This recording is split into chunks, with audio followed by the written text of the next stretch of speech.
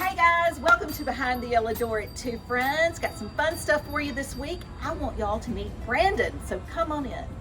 We are so excited to welcome this week Brandon Boudreau here to you guys.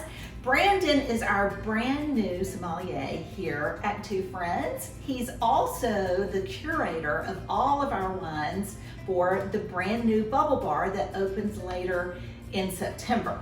So for all of you who watched last week, you know we introduced the idea of a brand new Bubble Bar here at Two Friends. It's actually going to be sitting right where we're sitting. So when you come into the new side of the store, you'll see the Bubble Bar over here, and these shelves will be full of lots of beautiful, pretty wines and champagnes that we'll be selling by the bottle and by the glass. So saying all of that, I really want y'all to understand what role Brandon plays here at the Bubble Bar. We feel very special that he is on our team, and we're very honored to have a gentleman of his caliber joining us. So Brandon, welcome to Behind the Yellow Door. Thanks, Marty. We're happy to have you. I'm going to ask a few questions. It's going to be kind of fun, and Certainly. You can elaborate as you please or not. The first thing I want to ask is, how did you get into this? You seem so well versed in what you do. And I must say, y'all, Brandon is the sommelier at Sea Island. He came to our area with a Georgian room, and now he's kind of over Tavola, is that correct? And the Greater Cloister. And the Greater Cloister, the whole resort. So he comes with a wealth of information. But how did you get started in this business? Yeah, so it's a pretty commonly asked question from the guests. Typically pretty fascinated by the story of like how you become so infatuated with something like wine. And initially not super romantic. I was in college just trying to pay off my student debts. And I had some of my friends who would meet up with me after work, and they'd be telling me they sold a $1,000 bottle of wine at their restaurant. And so that piqued my interest initially. So I started taking wine classes, similar to those that will be offered here with a shop in Jacksonville, and kind of just got swept off my feet and became extremely infatuated in the world of wine, the geography, and all the intimate history. And it was like a whole world that I didn't understand existed. And eventually it was something where I decided to drop out of school and pursue studying wine full time. Wow. So where did you study? Absolutely. So where do you do that kind of thing? Yeah, absolutely. So initially, you really want to find somebody that you can kind of absorb information from.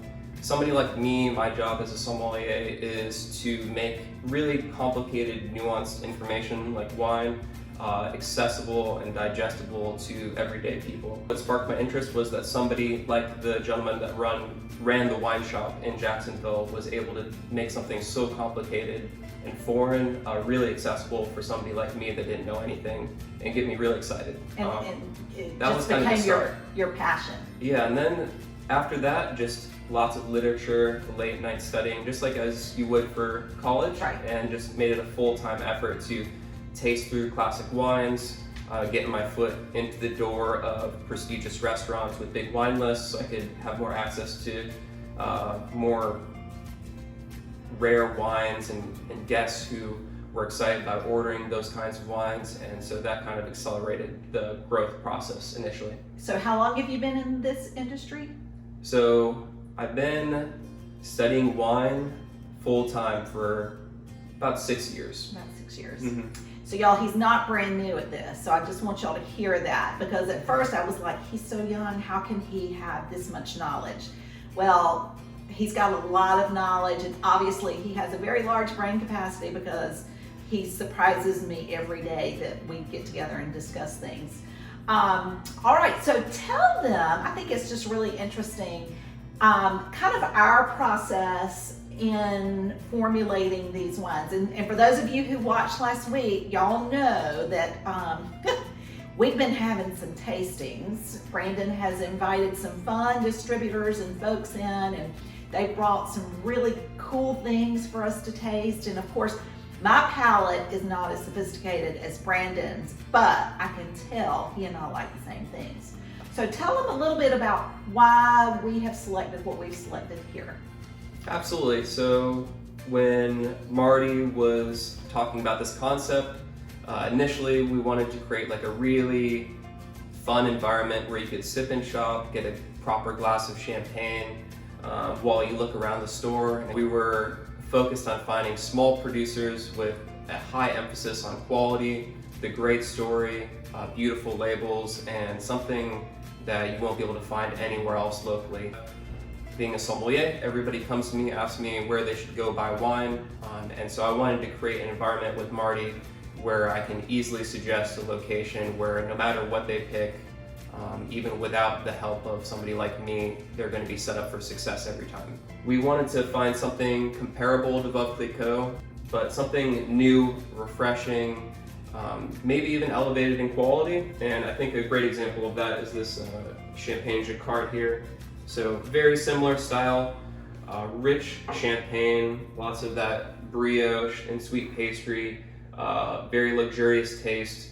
But instead of coming from huge swaths of land, this is from basically this grower's backyard, and so there's an immense quality difference, and you can really taste it in the glass. And I'll vouch for that. I was blown away, and Veuve is good to me, but until you really taste something else, I was really shocked to know that there was something like this out there for around the same price point. Less. Actually, yay, less, but a better quality. So those are some of the things that we have really explored. Of course, we want great quality. We have a lot of people who want to come in and buy a gift, a hostess gift, or realtors buy closing gifts or what have you. And oftentimes, you know, we go to someone's home and they may be wine aficionados, and we take a bottle that we're not 100% certain if it's good or not. And one of the things that we want to do, like Brandon just said, is set you up for success. So that if you take a bottle to a friend or to a business associate or a wine connoisseur, you look really good and leave feeling confident that you've selected something that they are really going to love. So that was one of the other things that was just huge for us in selecting the things that we have here. Now, Brandon, I meant to ask you this a moment ago. So, you know, champagnes come from a particular region, Chardonnays, Pinots, Cabs, what have you. Sure.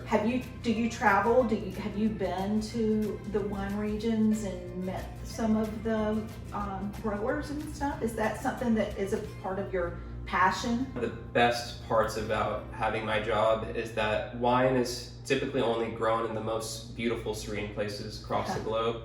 And so when I do get to go on these trips, they're extraordinary, the people are very special, and the relationships that I've developed with the different growers is something that I hold close. And when I go and travel, you find best kept secrets, and so bring some of my travel experiences here for you to be able to taste yourself. Yeah. So leading into that, so one of our very first tastings that will be coming up in October is sparklings from around the world. Sure. So we are a bubble bar, so we wanted to start off with something that kind of fell in line with that concept. And so to kick off our tastings, we'll be doing a champagne and sparkling from across the planet class.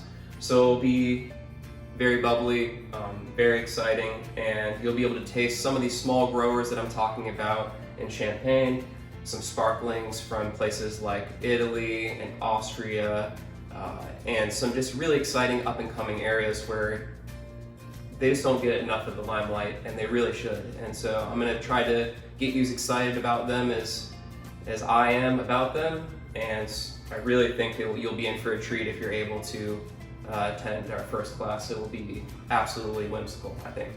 Yay! So, talking about the different classes, that's another thing that Brandon brings to the table for us. Of course, his experience has him with the knowledge of being able to lead and guide us in all kinds of different tastings. And he's created a list of all kinds of fun classes that we can do. And so we are really, really excited about. And actually, if you're interested in any of our classes, or you're interested in just knowing more about Brandon or about the ones that we have, make sure that you're following us on our Instagram account, and make sure that you've joined our messaging list.